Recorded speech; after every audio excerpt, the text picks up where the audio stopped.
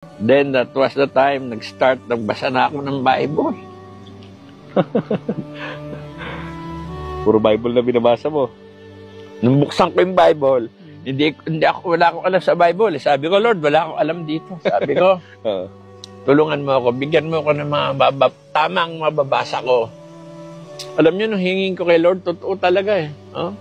Pagbukas ko ng Bible, yung magandang balita, yung Tagalog na kulay blue, yung makapal, hindi ko siya nilipat-lipat eh.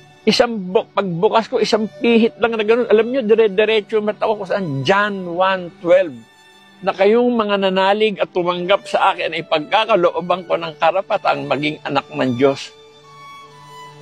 Anong dating nun sa'yo? Sabi ko, grabe, akala ko dati, simba ako ng simba, namamanata pa ako sa Quiapo, akala ko anak na ako ng Diyos, hindi pala. Kailangan pala, tanggapin mo sa puso mo. Tanggapin mo siya na bilang Diyos tagapagligtas ng buhay mo. Grabe. Tapos naalala ko yung salita niya eh. John 8:32. Sabi, akala ko kasi nung araw, pinakamalaking kulungan yun eh, Muntinlupa. Pero nung makakilala ako kay Lord, tsaka ko naunawaan ng pinakamalaking bilangguan eh.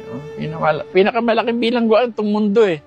Itong ginagalawa natin, na dito lahat ng kasalanan. Sigarilyo, alak, sugal, drugs, babae. Hindi ka na kailangan makulong. Kasinungalingan, kachismisan, pandaraya, panluloko, pagkaingit. Nandito sa mundo eh. Tama. Kaya nung mabasa ko sa Bible, John 8:32, makikilala ninyo ang katotohanan at ang katotohanan na magpapalaya sa inyo. Sa loob pa lang ng Muntinlupa, pinalayaan ako ng Panginoon Diyos. From there pa lang nakalaya na ako, bagamat nakakulong ako. Pero masaya ka. Masaya ako. Masaya ang puso mo. Masaya ako.